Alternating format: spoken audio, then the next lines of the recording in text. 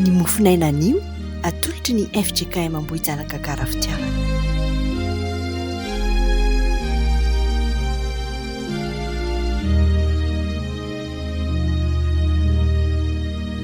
Miara-banao amin'ny anaran'i Jesosy Kristy Tompo izahay, ho aminao anieny fahasoavana sy ny fiadanana avy amin'Andriamanitra iray sy Jesosy Kristy Zanany, ary ny fahafenoan'ny fanahy masina ny ho amintsika. Amen. Milohan'ny hanarantsika mofinaina ary dia andeha hiombana amin'ny vavaka isika.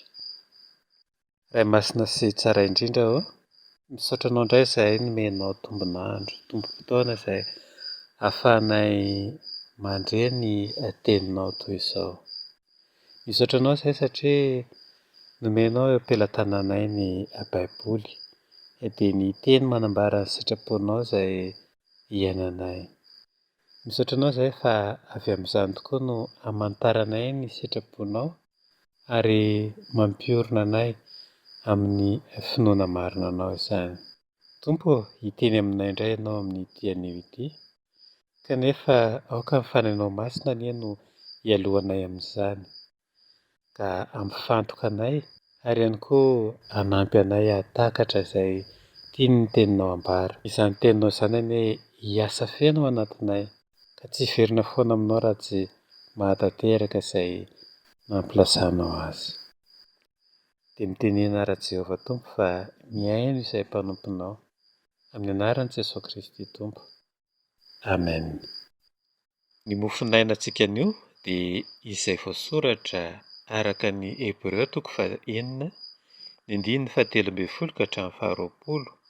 Mivaky toy izao amin'ny anaran'ny Tompo manao hoe: fa Andriamanitra nanao ny teny fikasana tamin'ny Abrahama, ary satria tsy nisy lehibe noho ny tenany izay azon'ny anianana, dia nianina tamin'ny tenany izy ka nanao hoe: hitay anao tokoa aho ary hamaro dia hamaro anao. Ary araka izany, rehefa nahatra tsara Abrahama dia nahazo ny teny fikasana.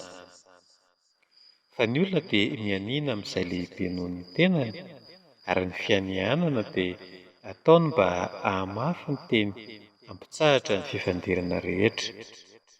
Ary amin'izany, raha Andriamanitra atahany eo kokoa amin'ny mpandova araka ny teny fikasany tsy fiovan'ny sitrapony, dia nataony mafy tamin'ny fianianana izany, mba ho zavatra roa tsy mety miova izay tsy hain'Andriamanitra handaingana no ahazoantsika hamporisihana mafy, dia isika izay nandositra hiazona ny fanantenana napetraka eo anoloantsika, izay hananantsika ho vaty fisaky miaina sady mafy no tsy mihetsika ary miditra ny anatin'ny efitra lamba. Tany no nidiran'i Jesosy ho mpialohantsika rehefa tonga mpisorona be mandrakizay araka ny fanao Melikisedeka izy. Ray masina, manamasinana amin'ny fahamarinana, ny teninao ny fahamarinana. Amen. Izany teny izany diavana no angalantsika ny mofinaina anio, dia araka ny lohahevitry ny FJKM manao hoe mampiorina ny mino ny tenin'Andriamanitra. Mampiorina ny mino ny tenin'Andriamanitra. Teto tokoa dia finianana nataon'Andriamanitra tamin'ny Abrahama izany, teny fikasan'Andriamanitra no averina izay tany amin'ny Genesis tany no efa nisian'izany, dia mbola averina indray ankehitriny. Amin'izao fotoan'izao tokoa dia tena fifamotofonton'ny fiainana, na ny fahasarotan'ny fiainana, ny fahafenoan'ny faharatsiana, dia mahatonga ny fizongozonan'ny finoana ao amin'ny olona. Mametra-panontaniana ary indraindray manao hoe tena mamaly vavaka ve Andriamanitra? Tena mahita tokoa ve Andriamanitra? Izany no nanomezana antsika ny tenin'Andriamanitra. Izay no hanomezana ny tenin'Andriamanitra amin'izao fotoana izao. Dia arak'izay voalahatra eto amin'ity Hebreo ity, mba tsy hampihozongozona indray ilay finoantsika, hoe mampiorina ny finoantsika tokoa ny tenin'Andriamanitra. Ny voasoratra araka ny voarakitra ato amin'ity bokin'ny Hebreo ity, dia hoe teny fikasana nataon'Andriamanitra ho an'ny mpandova araka ny teny fikasany. mpandova araka ny teny fikasana, dia teny fanomezan-toky avy amin'Andriamanitra izany. Ka ho zaraintsika roa izany fa ny teny fanomezan-toky dia andrasana amin'ny faharetana. Ny teny fanomezan-toky dia andrasana amin'ny faharetana. Ny faharoa kosa, ny teny fanomezan-toky dia tsy maintsy tanteraka. Ny teny fanomezan-toky dia tsy maintsy tanteraka. Tany amin'ny bokin'ny Genesis 12, rehefa niantso an'i Abrahama Andriamanitra dia niteny tamin'ny Abrahama fa ny taranak'i Abrahama no handova ilay tany Kanaana. Efa lehibe izy taty aoriana, efa niantitra ihany, mbola tsy nahita izany taranany izany. Efa nitsahatra tamin'ny mampiteraka azy ary Sara. Efa hoe tsy miteraka intsony izany. Dia tany amin'ny 15 tany dia niteny izany ny Andriamanitra tamin'ny Abrahama hoe fa izy no hampinganao sy vatolampy valopity lehibe eo anao. Dia hoy Abrahama taminy, ahoana tompoko no izao mandroso fahanterana nefa tsy niteraka. Dia hoy Jesosy ery ambany, jereo anie ny lanitra fa izao ireo kitana ireo, fa raha mahisa azy ianao dia ho toy izany ny taranakao. Ary nino izy izany fa tena ho tanteraka tokoa izany. Niandry tamin'ny faharetany Abrahama, inona ny valiny taty aoriana dia bevoky Sara vadiny ary dia niteraka izy ireo dia niteraka ny Isaka. Nahazo taranaka tokoa i Abrahama. Izany ny andrasan'ny Tompo amintsika ry havana. Miandry nahazo ny teny fikasan'Andriamanitra i Abrahama rehefa naharitra tamin'ny teniny ary nino fa dia ho tanteraka tokoa izany teny izany.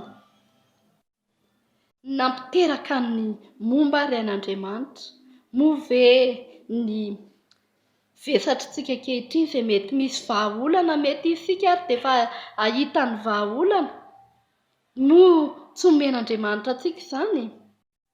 Ny takian'Andriamanitra amintsika dia mila antsika hiorina amin'ny finoana ka aharitra hivavaka sy hino azy. Izay no ilainy andrasan'ny Tompo amintsika. Efa ho herin-taona izao no nangatahantsika ny fialan'ny coronavirus teto amintsika, na ny hitsaharan'izany aretin'izany maneran-tany. Mbola eo anatrehan'izany nefa tsika ankehitriny.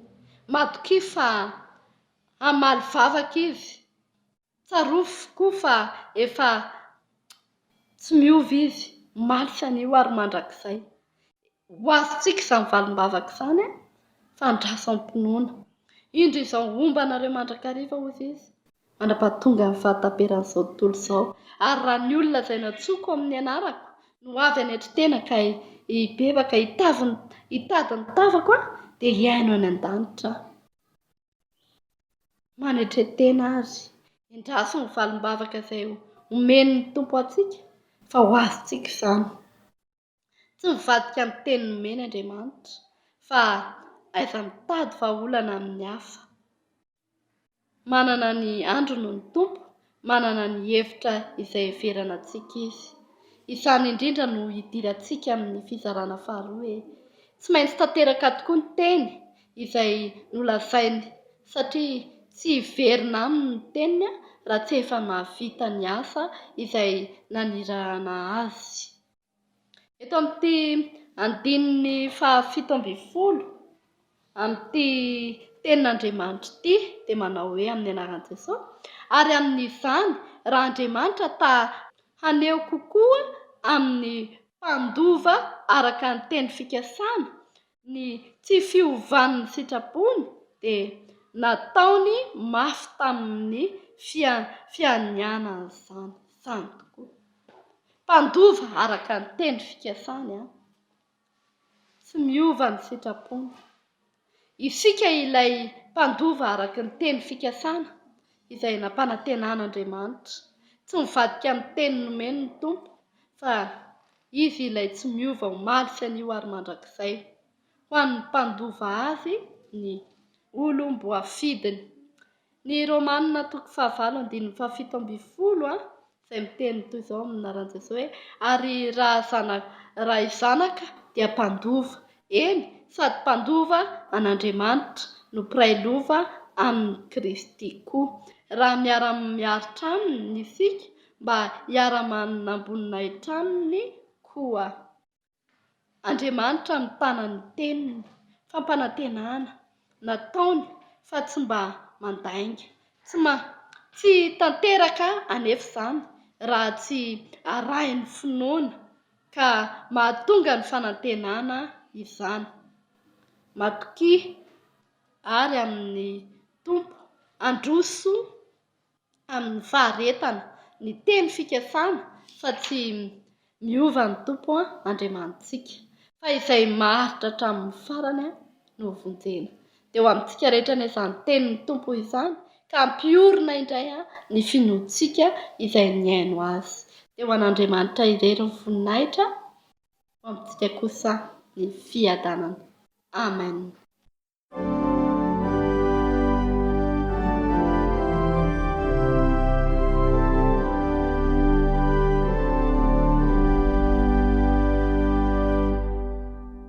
Hivavaka isika.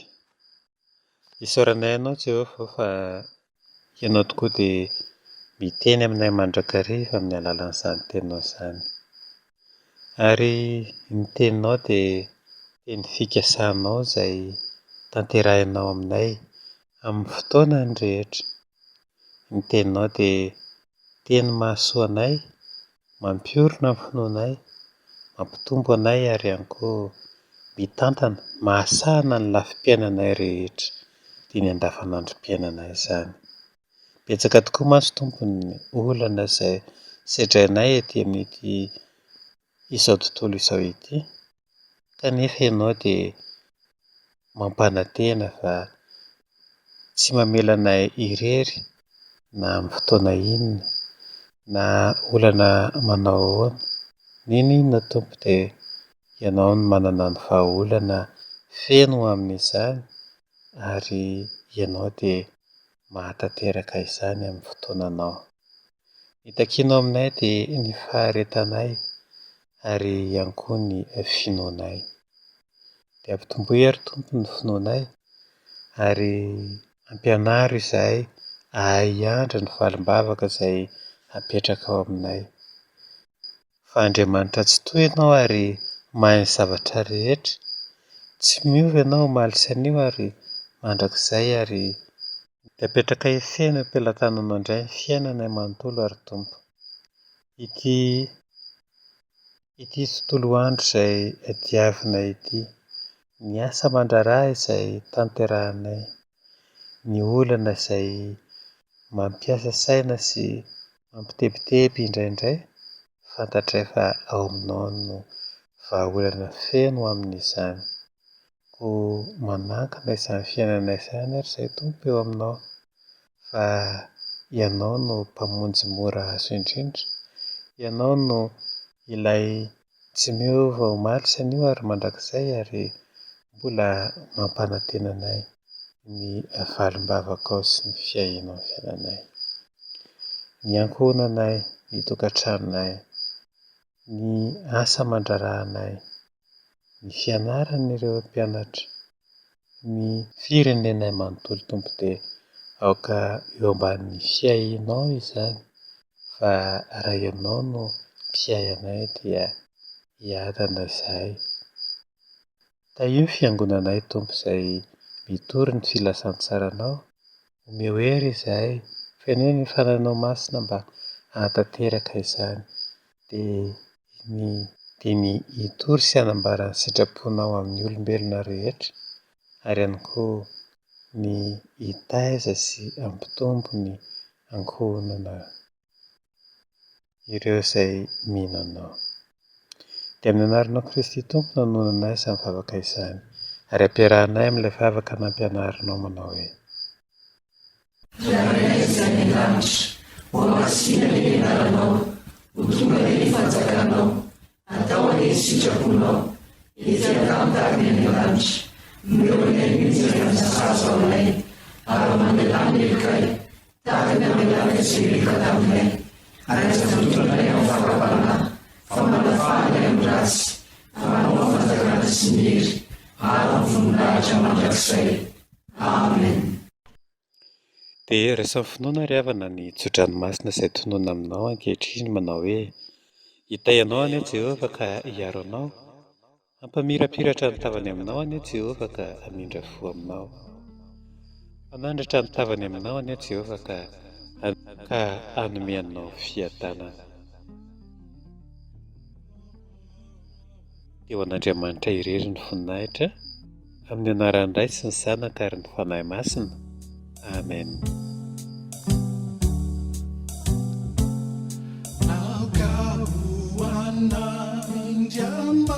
Andriamanitra ny fanendreny lalanao mba ho vimbininy anao amin'ny lalan-tsarotra fa toky tsy mamitaka ny tenin'Andriamanitra.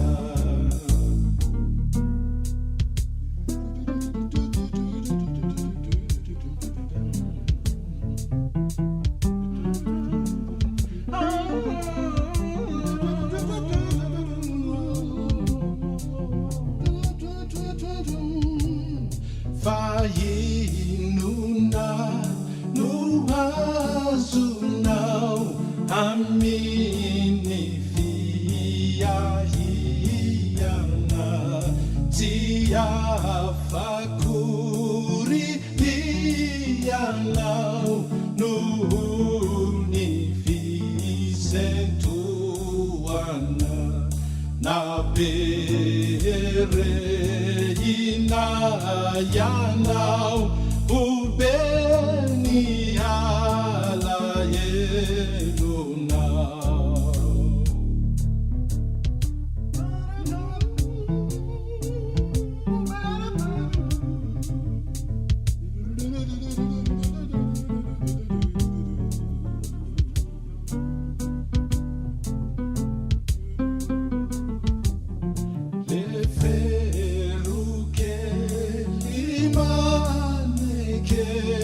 Zay sitak'Andriamanitra ny zavatra